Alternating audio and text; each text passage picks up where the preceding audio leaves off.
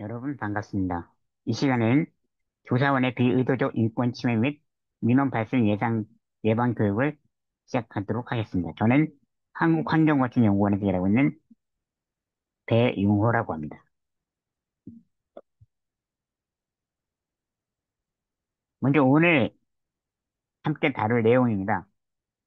첫 번째, 지체장애인과 뇌병면 장애인에 의해 지체장애는 무엇이고 뇌병면 장애는 무엇인지, 그 장애는 어떻게 바라봐야 될지를 이야기하도록 하겠습니다. 두 번째는 방문 조사 시 유의사항에 대해서 하도록 하겠습니다. 방문할 때 우리가 인권 침해를 하지 않도록 하려면 어떻게 해야 되는가 하는 내용을 살펴보도록 하겠습니다. 세 번째는 조사 난항자 또는 예상자를 응대하는 방법에 대해 알아보도록 하겠습니다. 그래서 민원 발생을 최대한 줄일 수 있는 방법을 찾아보도록 하겠습니다. 그리고 마지막으로 네 번째는 이 결론을 말씀드리도록 하겠습니다. 자, 우리는 어떻게 장애인의 인권을 침해하지 않을 수 있을까요? 저는 크게 두 가지가 필요하다고 봅니다. 첫 번째는 장애인에 대한 인식을 새롭게 하는 것입니다.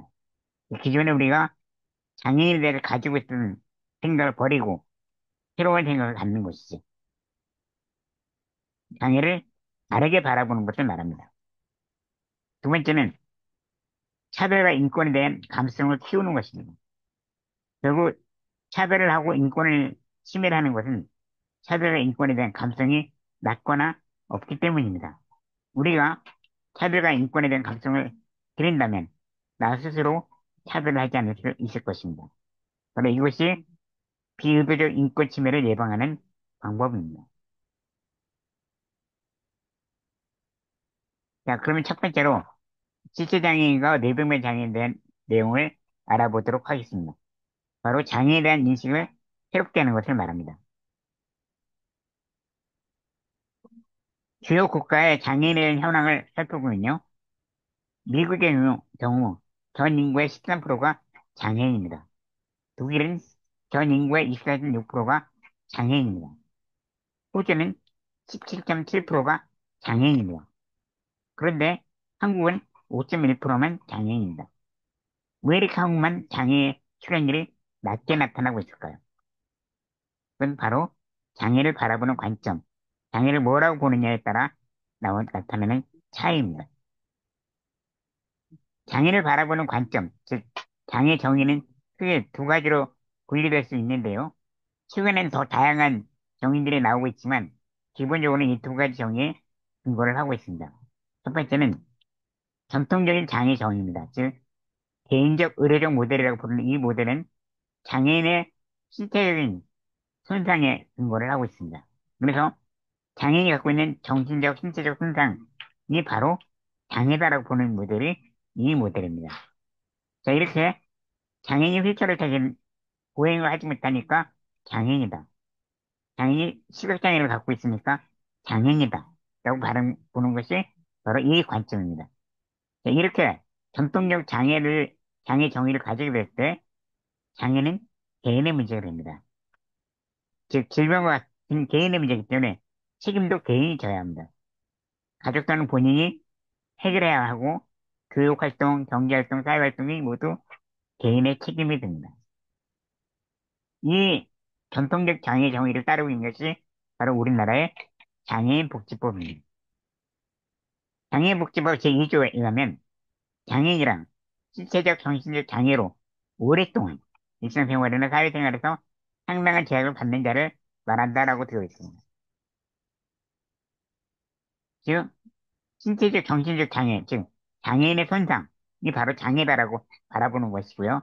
그다음에 오랫동안라고 해서 일시적 장애나 부상을 염두에 두고 있지 않습니다. 이런 우리나라 장애인복지법의 정의는 전통적인 장애 정의 방법이고요.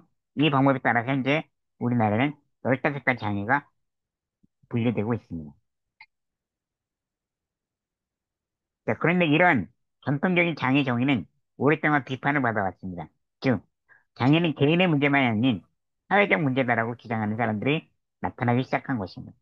이 사회적 모델은 장애는 개인이 가지고 있는 손상과 사회의 장애인에 대한 나쁜 인식, 그리고 장애인의 활동 막는 사회 장벽, 이게 합쳐져서 장애가 되는 것이다.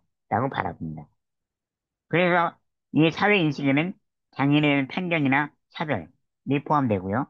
사회 장벽에는 건물에 못 들어가는 것, 이동을 못하는 것, 정보에 접근할 수 없는 것들이 포함됩니다. 바로 장애인이 가지고 있는 손상만으로는 장애인이 되는 것이 아닌데 장애인이 갖고 있는 손상에다 사회 인식과 사회 장벽이 합쳐져서 장애가 된다라고 보는 것입니다. 이렇게 볼 때 장애는 더 이상 개인의 문제가 아닌 사회의 억압과 장벽의 문제가 됩니다. 그래서 이 사회적 모델에서는 사회적 억압과 사회적 장벽의 제거가 목표가 됩니다. 장애는 사회의 책임과 사회 해결이 우선 과제가 됩니다.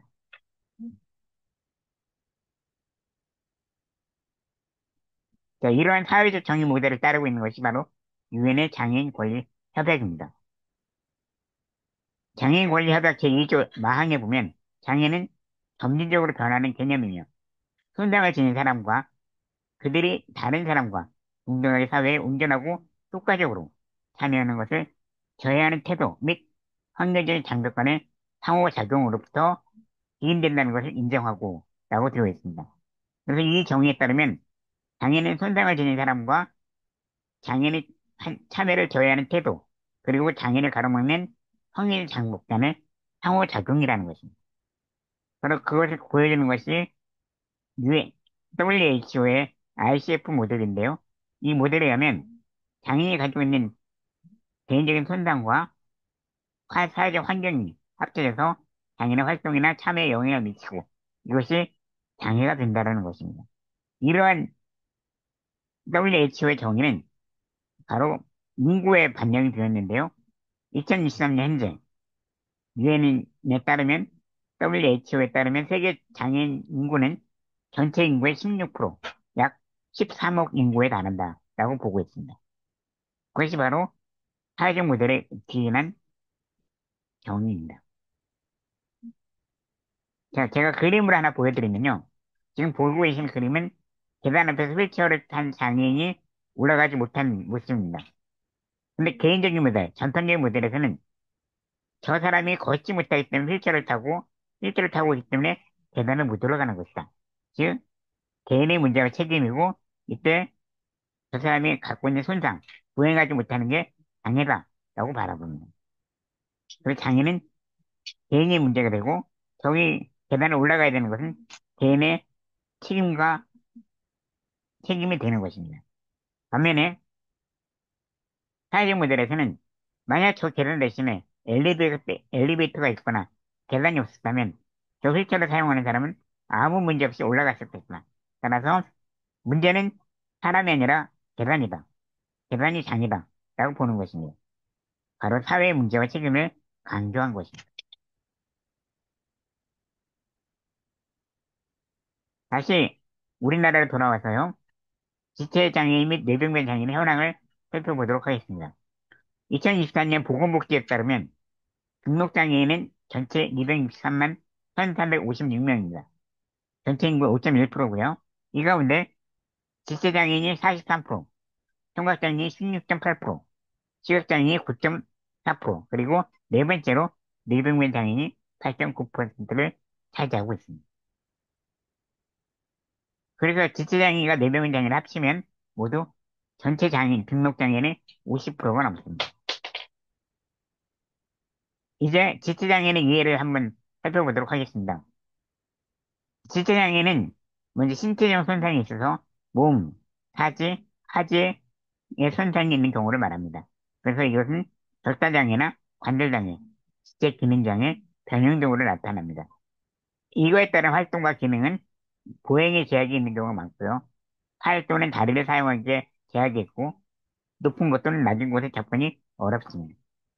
사용하는 보조기기는 수동 휠체어, 전동 휠체어, 전동 스쿠터, 목발, 지팡이 등입니다. 반면에 뇌병변 장애인의 경우는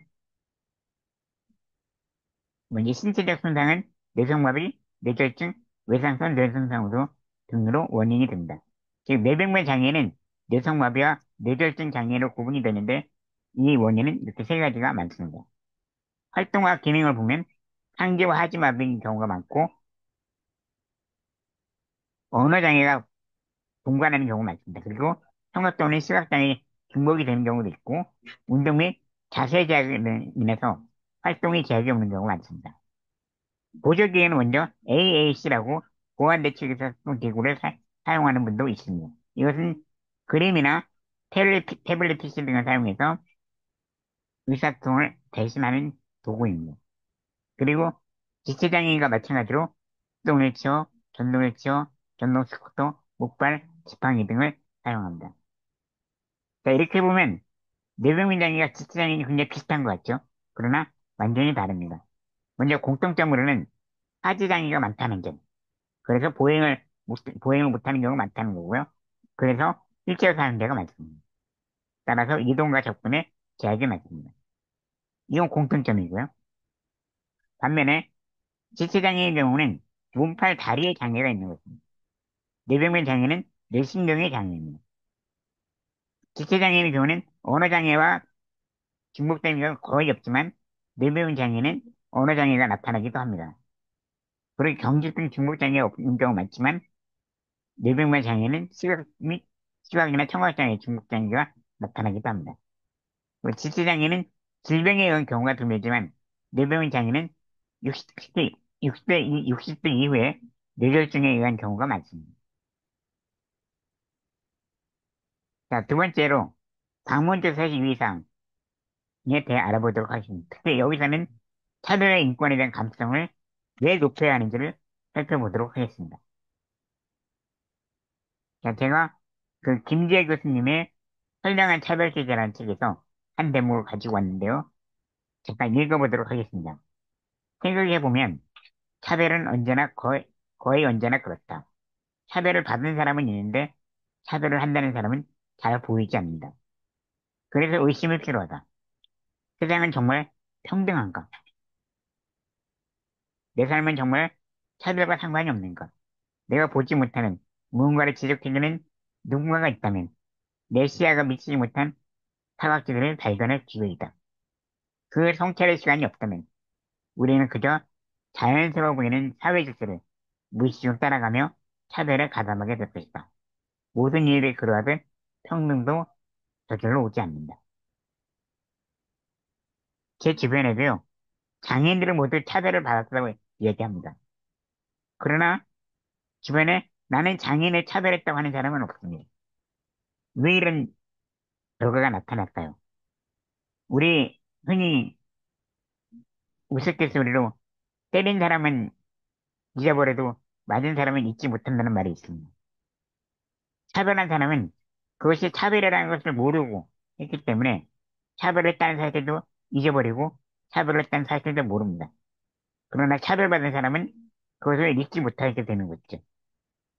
바로 우리는 이렇게 내가 깨어있지 않으면 차별을 한 사회 질서를 따라가서 차별에 가담하게 되고 김재 교수님 말씀하신 선량한 차별주의자가 되어가는 것입니다. 자, 여기서 다룰 내용은 크게 세 가지입니다. 첫째, 비의도적 차별. 선의의 차별은 괜찮은가? 내가 나쁜 의도로 한 게 아닌데 좋은 뜻으로 한 건데 그건 괜찮은가? 두 번째, 비의식 차별. 차별에 대한 인권에 대한 감성이 낮을 경우 이게 차별이라는 것을 모르고 말과 행동을 하게 됩니다. 나도 모르게 하는 것이죠. 바로 비의식적, 무의식적 차별입니다. 그럼 이런 내가 의식하지 못하고 나도 몰라서 하는 건데 이건 괜찮지 않은가 하는 분들을 다루게 되고요. 그래서 선량한 차별과 인권 침해는 괜찮은가 하는 것을 우리가 살펴보겠습니다. 자, 제가 지금 그림 하나를 보여드리는데요. 밖에 나가려는 아들을 아버지가 말리는 그림입니다. 그러면서 이렇게 이야기하죠. 밖에 나가면 너무 고생이야. 필요한 건 다 해줄 테니 안전하게 집에 있거라. 다 너를 위해서야. 여러분, 정말 아들을 위해서일까요? 그게 아들을 위한 길일까요? 장애인이 정말 원하는 길일까요? 장애인들이 가장 많이 듣는 말 중에 하나가 바로 너를 위해서라는 말입니다. 너를 위해서 네가 아플까 봐, 네가 다칠까 봐, 네가 상처받을까 봐, 너를 위해서 한 것이다라는 것이 바로 장인들 많이 듣는 이야기입니다. 여기서 우리는 고의성이 없으면 차별이 아니라는 오해를 하게 됩니다. 즉, 고의적인 차별은 악의적 차별이죠. 그러니까 고의적이 아닌 차별도 차별이 된다는 것입니다. 차별은 그것이 선이냐 고의가 아닌, 고의냐, 고의성이 없느냐 있느냐가 아니라 차별의 결과로 판단을 합니다. 즉, 내가 고의성이 없더라도 차별은 차별이라는 것입니다. 또 하나는 선의의 태도와 행동은 차별이 아니라는 오해입니다. 가장 무서운 것은요, 선의의 얼굴을 하고 나타난다는 것입니다. 차별하는데 웃으면서 합니다. 차별하는데 좋은 뜻을 합니다. 좋은 뜻으로 했다고 합니다. 우리 속담에 웃는 얼굴에 침을 못 뱉는다고 하죠. 자, 웃으면서 좋은 뜻을 했다고 하면서 그것이 차별이라는 것을 모르고 차별 행위를 합니다. 장애를 위해서 불편하니까 나오지 말라고 합니다. 장애를 위해서 불편하니까 회식에도 안 데리고 갑니다. 장애를 불편하다고 하니까 수학여행에 안 데리고 갑니다. 이게 과연 선의의 태도라고 볼 수 있을까요? 또 위험을 방지하기 위해서라고 합니다. 예전에 유럽의 시설에서는 장애인들을 창문 밑으로 못 지나게 하는 경우도 있었습니다. 혹시 창문이 깨지면 다친다는 이유였습니다. 여러분, 우리는 누구나 창문 밑을 지나갑니다. 물론 창문이 깨져서 다칠 수도 있겠죠. 그러나 그런 위험마저도 사실은 우리 삶의 일부인 것입니다. 장애인이라고 해서 그런 위험을 당해서는 안 되고, 위험을 당할 기회마저 뺏어서는 안 된다는 것입니다. 예전에 시설에 있을 때, 시설의 경우에 밤에 나가는 것을 막기 위해서 퇴근하는 분들이 관계자들이 문을 모두 잠그고 퇴근하는 경우도 있었습니다. 그러다가 화재가 나면 거기 있는 분들은 모두 큰 사고를 당할 수밖에 없게 되는 것이죠. 과연 위험을 방지한다는 게 무엇이냐? 위험을, 위험을 당할까봐 장애인의 행동을 막고 장애인의 선택을 막는 것이 옳은 것이냐 하는 것입니다. 그리고 장애인을 배려한다는 것, 장애인을 위한다는 것, 장애인의 위험을 막는다는 것, 이건 다 우리가 차별하는 사람의 입장의 이야기고, 선의에 관계없이 차별은 차별이라는 것입니다.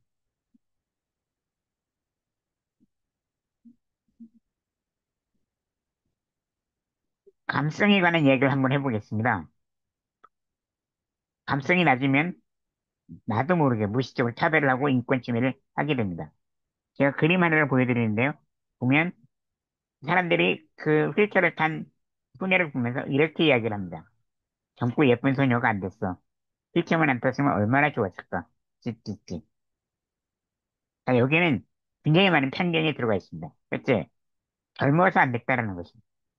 그럼 나이 든 사람은 휠체어를 타도 된다는 이것입니까? 그 다음에 예쁜 소녀가 안 됐다고 합니다. 그러면 예쁘지 않은 소녀는 괜찮다는 것입니까?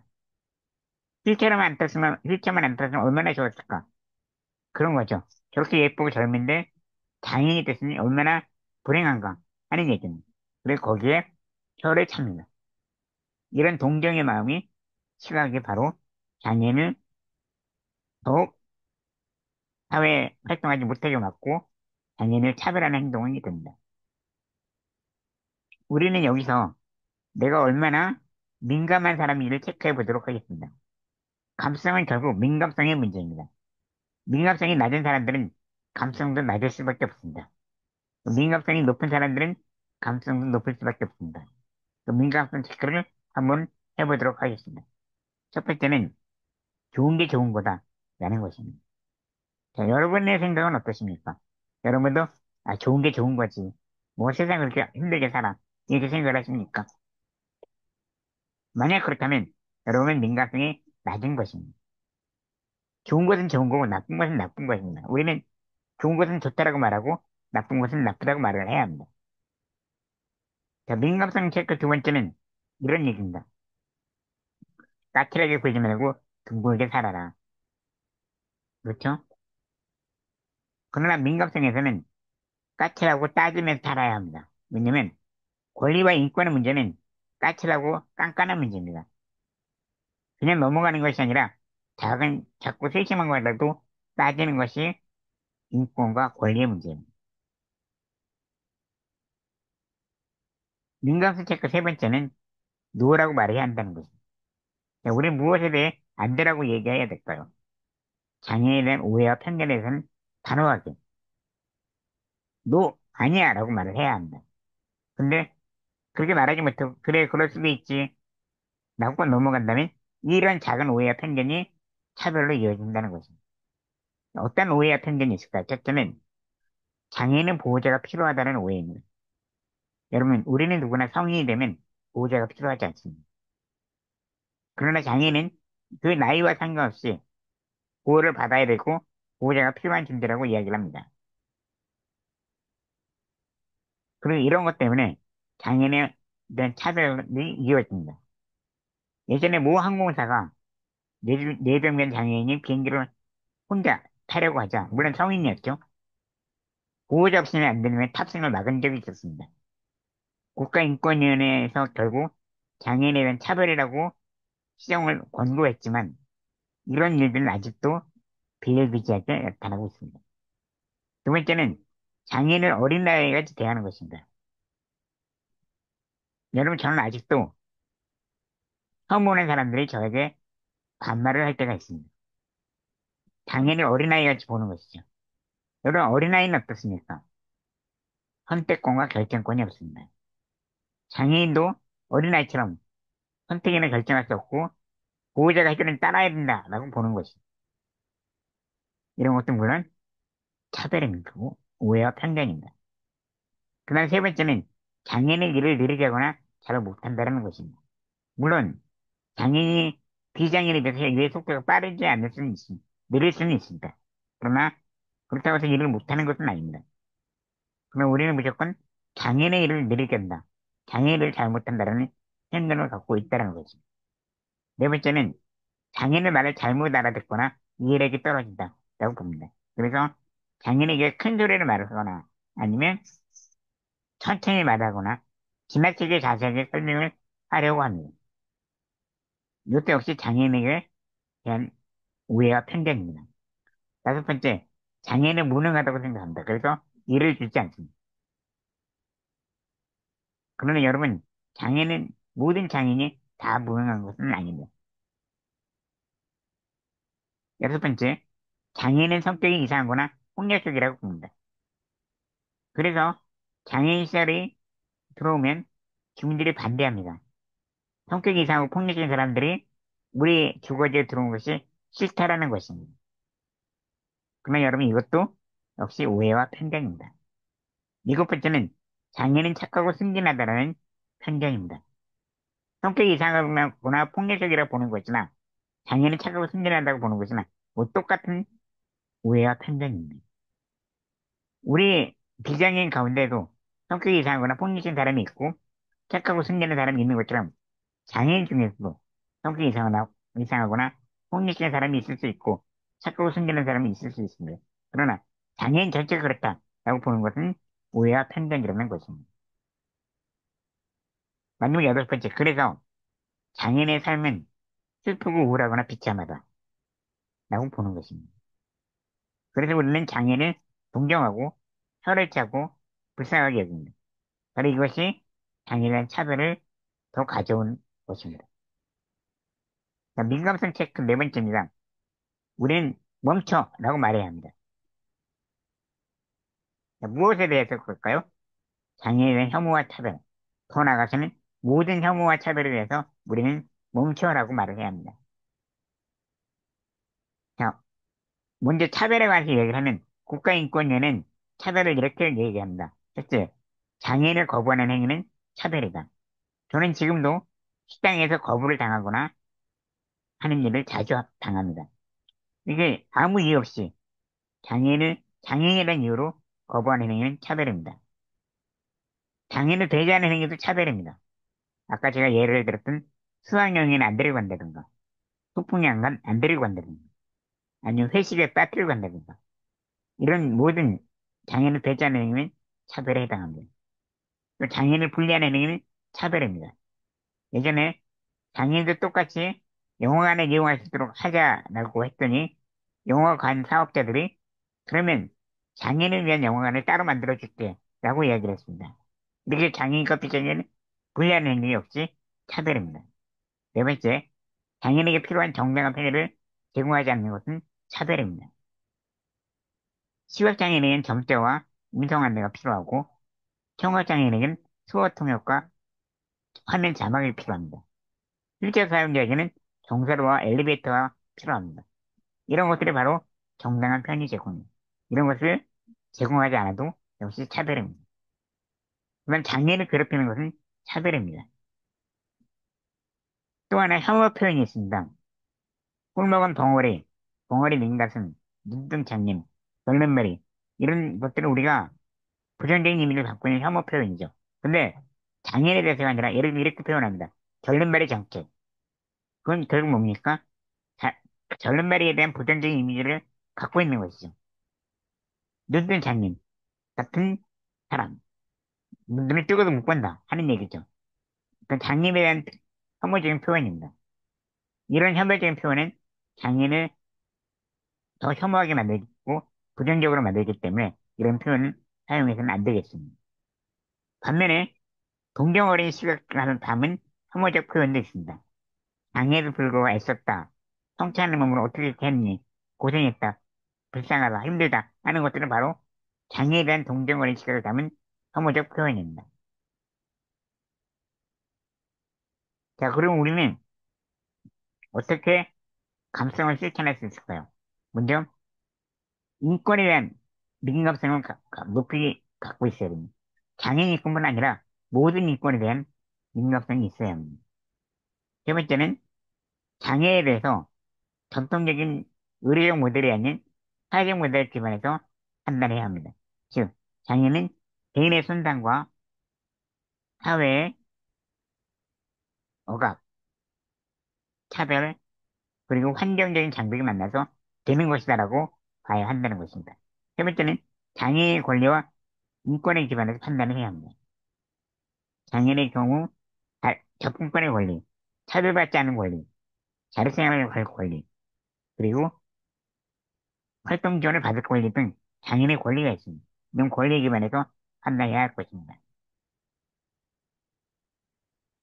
우리가 나도 모르게 장애인을 차별하는 선량한 차별죄가 되지 않으면 우리는 이렇게 해야 합니다. 첫째, 동료가 시의 언어를 조심해야 합니다. 나도 모르게 장애인을 동정하는 언어, 장애인을 불쌍하게 바라보는 언어를 사용하지 않도록 해야 합니다. 두 번째는 장애인 당사자의 말과 의견에 귀를 기울여야 합니다.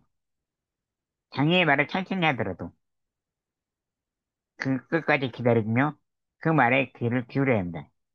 답답하다고 중간에 끊거나 내 의견을 얘기하거나 하는 건 안 될 것입니다. 제가 가끔 회의에 가면 활동 지원사들이 장애인과 함께 동행을 합니다. 그럴 때 장애인에 앞서 자기 의견을 먼저 얘기하면서 그 장애인의 말을 가로막는 분들이 있습니다. 이렇게 장애인 당사자가 아닌 자신의 의견을 내세우지 말고 조사하시는 분들도 장애인 당사자 말과 의견에 귀를 기울여야 합니다. 세 번째, 장애인의 선택과 결정권을 존중해야 합니다. 그 선택과 결정이 내 마음에 들지 않더라도 장애인의 선택과 결정권을 존중해야 합니다. 그래서 내 관점이 아닌 장애인의 관점에서 판단할 수 있도록 해야 할 것입니다. 그다음 우리가 조사나랑 예상자에 대한 응대를 세 번째로 살펴보도록 하겠습니다. 조사를 하다 보면 뜻하지 않은 어려움을 당할 때가 있습니다. 바로 조사 난항이 겪는 경우죠. 첫 번째는 장애인이 조사에 응하지 않을 때입니다. 이럴 때는 가장 먼저 우리는 혹시 그 장애인이 가족 또는 실을 담당자의 눈치를 보고 있는 것은 아닌가 하고 파악해야 합니다. 가족 또는 실을 담당자가 있을 경우에 아니면 눈치를 본다 하고 싶어도 말을 못하는 경우가 있고 조사를 하고 싶어도 응하지 않을 수 있기 때문입니다. 두 번째는 이번 조사의 내용이 가족이나 시들에게는 절대 알리지 않는다. 나는 믿음을 주고 신뢰를 형성해야 합니다. 지금 내가 말하는 어떤 것도 비밀의 보장된다 하는 것을 믿게 해야 합니다. 세 번째는 나는 인권 침해 안 당했어요라고 믿는 경우가 있습니다. 이런 경우는 정말 인권 침해를 안 당했을 경우도 있지만 인권 침해가 뭔지 모르는 경우도 있을 수 있습니다. 그래서 이런 경우는 인권 침해가 아니더라도 인간답게 살 수 있도록 돕기 위한 조사라고 설명하면서 설득을 해야 될 것입니다. 그리고 무엇보다도 가족 또는 실을 남자 없는 절대 공간에서 자유롭게 말할 수 있도록 조사를 해야 할 것입니다. 반면에 가족이나 주변이 반대를 하거나 거부하는 경우가 있습니다. 이때는 이 조사가 장애인 당사자를 위한 조사지 가족이나 실을 담당자인 조사나 실태 조사가 아니다 하는 것을 분명히 알려줘서 안심을 시켜주어야 합니다. 두 번째, 장애인을 원하는 삶을 지원하기 위한 조사라고 설득해야 합니다. 이 조사를 통해 데이터를 통해서 장애인이 보다 원하는 삶을 살수 있는 정책을 만들기 위한 조사라고 설득해야 한다는 것입니다. 세 번째, 그래도 지속적으로 조사를 거부할 경우 혹시 장애인 인권 침해를 하고 있는 것이 아닌가라고 오해받을 수 있다고 알려줘야 합니다. 마지막으로, 그래서 가족 또는 실단이 없는 별동반에서 조사해야 한다고 설득해야 합니다. 자, 이제 마칠 시간입니다. 우리는 누구나 조사를 하면서 삶을 살아오면서 차별을 하기도 하고 차별을 받기도 합니다. 그러면 여러분이 조사하면서 인권 침해나 민원 발생을 하지 않도록 하려면 이 세 가지 사항을 우리가 명심해야 할 것입니다. 첫 번째, 나도 언제든 인권 침해를 할 수 있다. 나는 절대 차별 안 해. 라고 생각하지 말고 나도 할 수 있는 사람이다. 그래서 항상 조심해야 한다. 하는 것을 명심해야 되고요. 두 번째, 인권의 인권 침해에 대한 감성이 중요하다. 그래서 나도 그런 감성을 길러야겠다 하는 것들을 우리가 명심해야 되고. 세 번째, 가족 간의 쓸 담당자의 지속적인 조사 거부는 우리가 한 번쯤 의심을 해보아야 한다. 그래서 더 날카롭고 세심하게 관찰할 필요가 있습니다. 네, 저는 이제 얘기를 마치도록 하겠습니다. 지금까지 경청해주신 여러분, 감사합니다.